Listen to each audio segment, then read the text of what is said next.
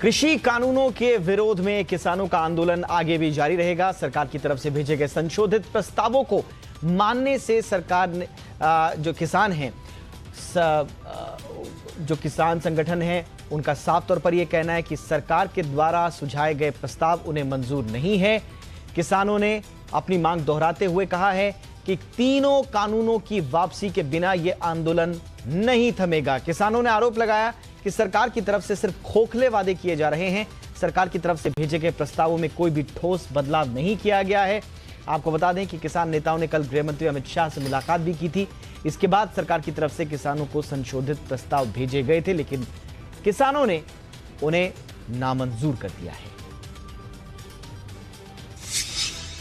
आंदोलन और तेज किया जाएगा और एक के बाद एक हम दिल्ली की सड़कों को जाम करते जाएंगे और पूरे देश में आंदोलन किस प्रकार से गतिमान हो उसके लिए सारे प्रयास किए जाएंगे। मगर जब तक 3 अध्यादेश नष्ट नहीं होंगे हमारी जंग जारी रहेगी।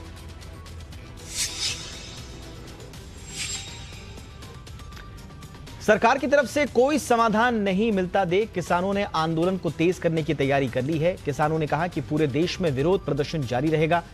किसान नेताओं ने कहा कि 12 दिसंबर को पूरे देश के टोल प्लाजा को फ्री किया जाएगा। 12 दिसंबर तक जयपुर दिल्ली हाईवे भी जाम किया जाएगा। किसान नेताओं ने कहा कि मांगे नहीं माने जाने पर 14 दिसंबर से देश भर में और उग्र प्रदर्शन किए जाएंगे और बीजेपी के बड़े नेताओं और मंत्रियों का घेराव भी होगा। किसान नेताओं ने कहा कि सरकार की तरफ से कोई ठोस जवाब नहीं आया है। अडानी अंबानी के जो प्रोटेक्ट है, जहाँ मॉल्स हैं, अदर मॉल्स हैं, टोल प्लाजा हैं, बीजेपी के जितने भी नुमाइंदे मंत्री हैं उनका घेराव होगा। उनका पूर्ण तौर से बाइकाट करेंगे पूरे देश में, नेशनल लेवल पर बीजेपी के। 12 तारीख को पूरे देश में एक दिन के लिए टोल प्लाजा फ्री कर दिए जाएंगे। एक दिन के लिए 12 तारीख को पूरे देश के टोल प्लाजा फ्री कर दिए।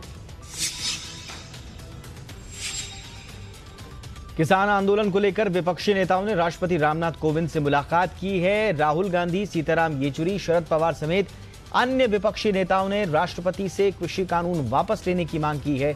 मुलाकात के बाद एनसीपी प्रमुख शरद पवार ने बताया कि विपक्षी नेताओं की तरफ से बिल सेलेक्ट कमेटी को भेजने की मांग की गई है। विपक्षी नेताओं की इस मुलाकात पर मध्य प्रदेश के मुख्यमंत्री शिवराज सिंह चौहान ने तंज कसा है।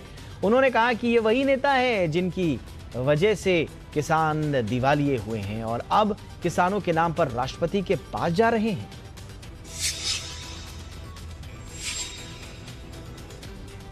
बीजेपी के राष्ट्रीय अध्यक्ष जेपी नड्डा मिशन बंगाल को लेकर आज कोलकाता पहुंचे। नड्डा ने कोलकाता समेत 9 चुनावी कार्यालयों का उद्घाटन किया। इस दौरान जेपी नड्डा ने ममता पर जमकर हमला बोला। नड्डा ने कहा कि ममता बनर्जी असहिष्णुता का दूसरा नाम है। नड्डा ने यह भी कहा कि रविंद्रनाथ जी ने जिस तरह से देश को दृष्टि दी वो सभी जानते हैं, लेकिन आज बंगाल में असहिष्णुता बढ़ती जा रही है।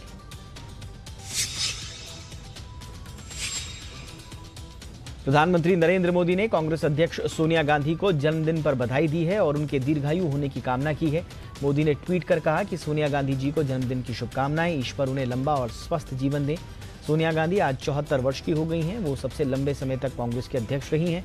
पिछले लोकसभा चुनाव में हार की जिम्मेदारी लेने के बाद राहुल गांधी ने कांग्रेस अध्यक्ष के पद से इस्तीफा दे दिया था। उसके बाद से सोनिया गांधी कांग्रेस के अंतरिम अध्यक्ष के रूप में काम कर रही हैं। स्कूली बच्चों के कंधों पर बोझ कम करने के लिए सरकार ने नई स्कूल बैग पॉलिसी लाई है और नई पॉलिसी के मुताबिक स्कूल बैग का वजन 10% से ज्यादा नहीं होना चाहिए जो बच्चे का वेट है, और साथ ही स्कूलों को समय समय पर बच्चों के बैग का वजन चेक भी करना होगा। पॉलिसी में होमवर्क को लेकर भी नए नियम तय किए गए हैं। इसके मुताबिक कक्षा 2 तक के छात्रों को कोई होमवर्क नहीं दिया जाना चाहिए। क्लास 3 से 5 तक हफ्ते में सिर्फ 2 घंटे का ही होमवर्क दिया जाएगा। क्लास 6 से 8वीं तक के बच्चों को हर दिन 1 घंटे यानी हफ्ते में 5 से 6 घंटे से ज्यादा होमवर्क नहीं दिया जा सकता और 10वीं से 12वीं क्लास के छात्रों को हर दिन 2 घंटे तक का होमवर्क दिया जा सकता है। आपको बता दें कि नई स्कूल बैग पॉलिसी 2020 को छात्रों, पेरेंट्स और स्कूलों में सर्वे के बाद तैयार किया गया है।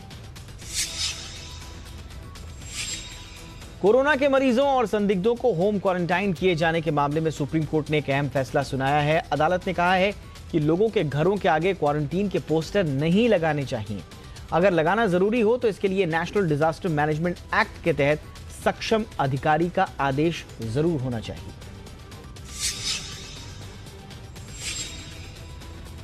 स्वदेशी कोरोना वैक्सीन के निर्माण और उत्पादन क्षमता को भारत दुनिया के सामने पेश कर रहा है। आज 64 देशों के राजनयिकों ने भारत बायोटेक और बायोलॉजिकल ई कंपनी का दौरा किया। ये दोनों ही कंपनियां कोरोना वैक्सीन कोवैक्सीन पर काम कर रही हैं। दौरे के दौरान राजनयिकों को वैक्सीन पर अब तक हुई प्रगति के बारे में बताया गया। भारत बायोटेक उन 3 कंपनियों में शामिल है जिन्होंने भारत सरकार से आपातकालीन इस्तेमाल के लिए कोरोना वैक्सीन की मंजूरी मांगी है। भारत बायोटेक के अलावा सीरम इंस्टीट्यूट और फाइजर इंडिया ने भी सरकार को आवेदन दिया है। भारत बायोटेक के टीके का तीसरे चरण का ट्रायल चल रहा है जिसमें 25,000 वॉलंटियर्स शामिल हैं।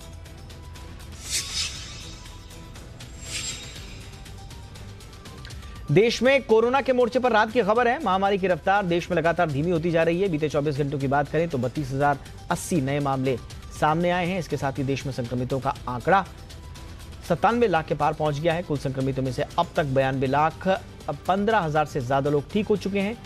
मरीजों के ठीक होने की दर 94.66% पहुंच गई है। वहीं कोविड-19 से मृत्यु दर 1.45% है।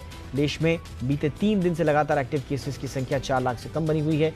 मौजूदा समय में 3,78,000 से ज्यादा लोगों का इलाज चल रहा है जो कुल मामलों का 3.89% है।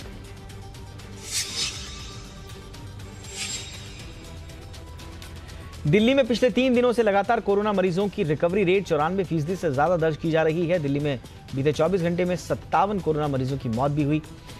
वहीं इस दौरान कोरोना के 3,188 नए मामले सामने आए हैं। दिल्ली के स्वास्थ्य विभाग की ओर से जारी आंकड़ों के मुताबिक दिल्ली में एक्टिव मामलों की संख्या 22,310 है।